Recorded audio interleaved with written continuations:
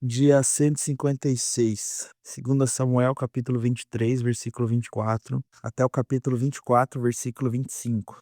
Entre os 30 figuravam Azael, irmão de Joabe, Elanã, filho de Dodô, de Belém, Samá, Erodita, Élica, Erodita, Elis, Pautita, Ira, filho de Iques, Tecoita, Abiezer, Anotoita, Nebunai, Assutita, Zalmon, Aoita, Maarai, Netofatita, Elebe, filho de Baaná, Netofatita, Itai, filho de Ribai, de Gibeá, dos filhos de Benjamim, Benaia, Piratonita, Idai, do ribeiro de Gaás, Abi-Albon, Arbatita, Asmavete, Barumita, Ilhabá, Salbonita, os filhos de Gesem, Jonatas, Samar, Ararita, Aião, filho de Sarar, Ararita, Elifelete, filho de Asbai, filho de Macatita, Eliã, filho de Aitofel,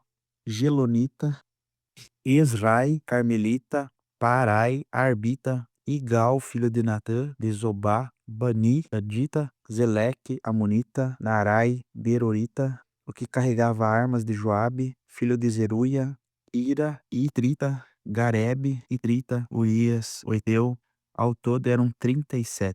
Mais uma vez a ira do Senhor se acendeu contra os israelitas, e ele incitou Davi contra eles, dizendo: Vai, levante o censo de Israel e de Judá. O rei disse a Joabe, comandante do seu exército: Percorra todas as tribos de Israel, desde Dan até Berseba, e levante o censo de um povo, para que eu saiba o seu número. Então Joabe disse ao rei: Que o Senhor, seu Deus, multiplique esse povo 100 vezes mais, e que o rei, meu senhor, o veja. Mas por que o rei, meu senhor, quer fazer uma coisa dessas? Porém a palavra do rei prevaleceu contra Joabe e contra os chefes do exército. Então eles saíram da presença do rei para levantar o censo do povo de Israel. Passaram o Jordão e acamparam em Aroer, à direita da cidade que está no meio do vale de Gade, e foram a Gezer. Dali foram a Gileade e chegaram a Tecades, na terra dos heteus. Seguiram Dan, Jaã, e viraram-se para Sidom. Chegaram à fortaleza de Tiro e a todas as cidades dos heveus e dos cananeus, de onde saíram para o sul de Judá, a Berseba. Assim percorreram toda a terra, e depois de 9 meses e 21 dias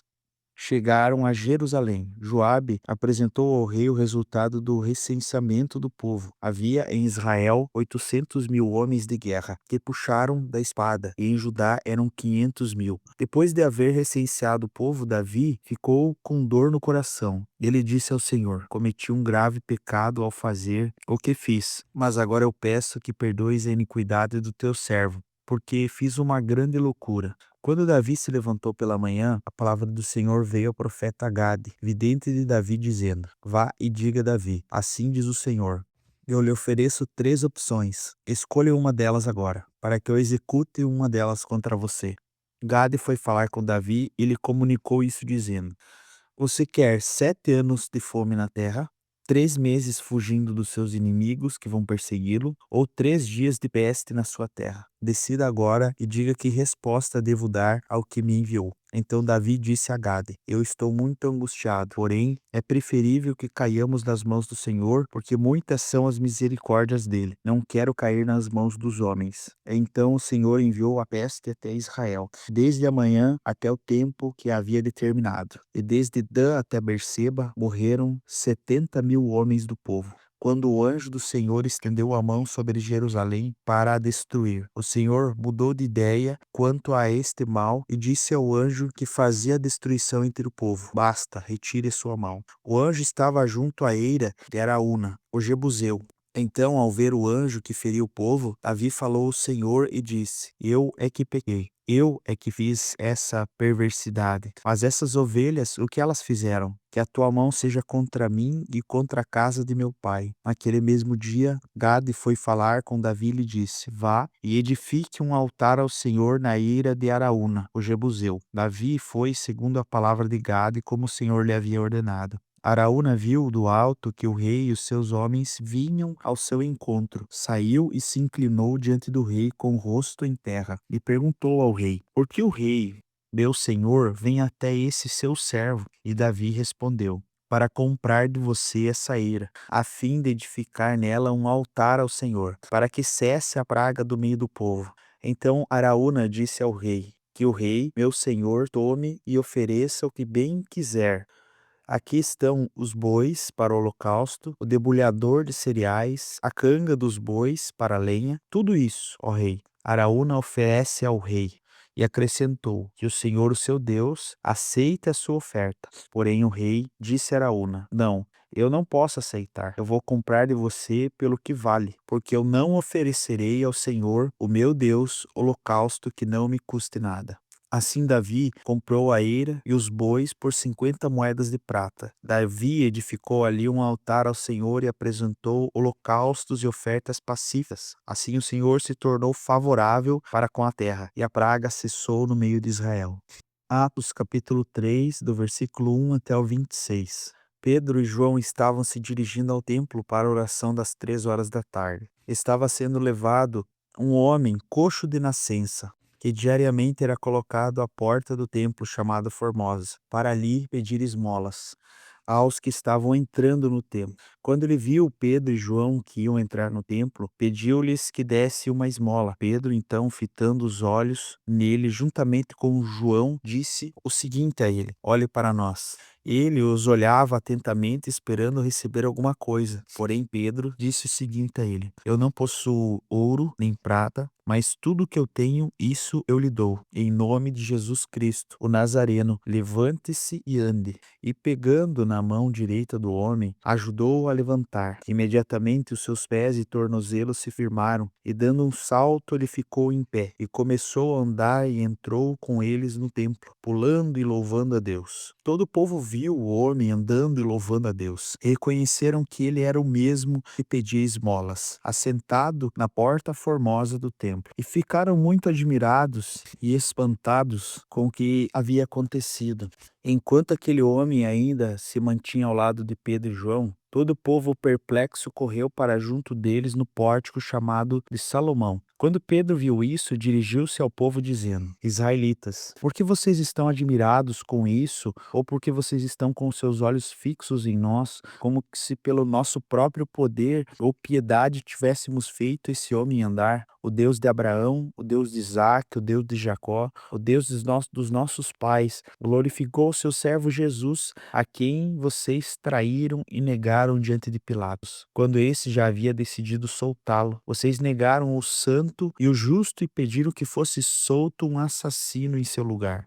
Vocês mataram o autor da vida, a quem Deus ressuscitou dentre os mortos, do que nós somos testemunhas pela fé em nome de Jesus, é que vocês estão vendo e bem conhecem. Sim, a fé que vem pelo intermédio, pelo meio de Jesus, deu então a esse homem saúde perfeita na presença de todos vocês. E agora, irmãos, eu sei que vocês fizeram isso por ignorância, como também as suas autoridades fizeram isso. Mas Deus, assim, cumpriu o que tinha sido anunciado anteriormente pela boca de todos os profetas, que o seu Cristo havia de padecer.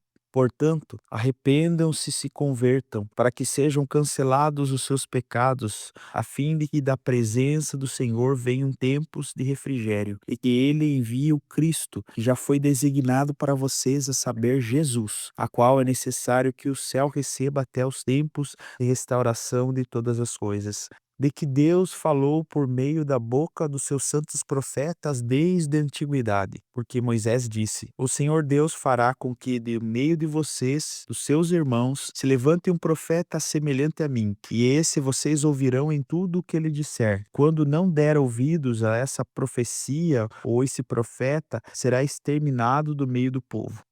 E todos os profetas, a começar com Samuel, assim como todos os que falaram depois dele, também anunciaram esses dias que vivemos. Vocês são os filhos dos profetas e da aliança de Deus, que ele estabeleceu com seus pais, dizendo a Abraão: na sua descendência serão abençoadas todas as nações da terra. Tendo Deus ressuscitado o seu servo, enviou-o primeiramente a vocês para abençoá-los, no sentido de que cada um abandone as suas maldades. Salmos capítulo 123, do versículo 1 até o 4.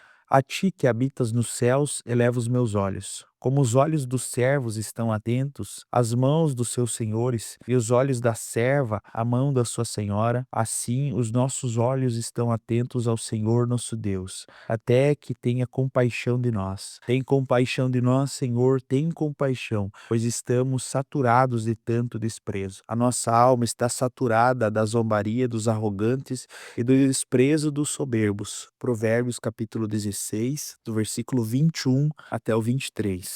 O sábio de coração é chamado de prudente, e a doçura no falar aumenta o seu saber. O bom senso para aqueles que possuem é fonte de vida, mas a tolice é a punição dos insensatos. O coração do sábio é mestre de sua boca e aumenta a persuasão de seus lábios.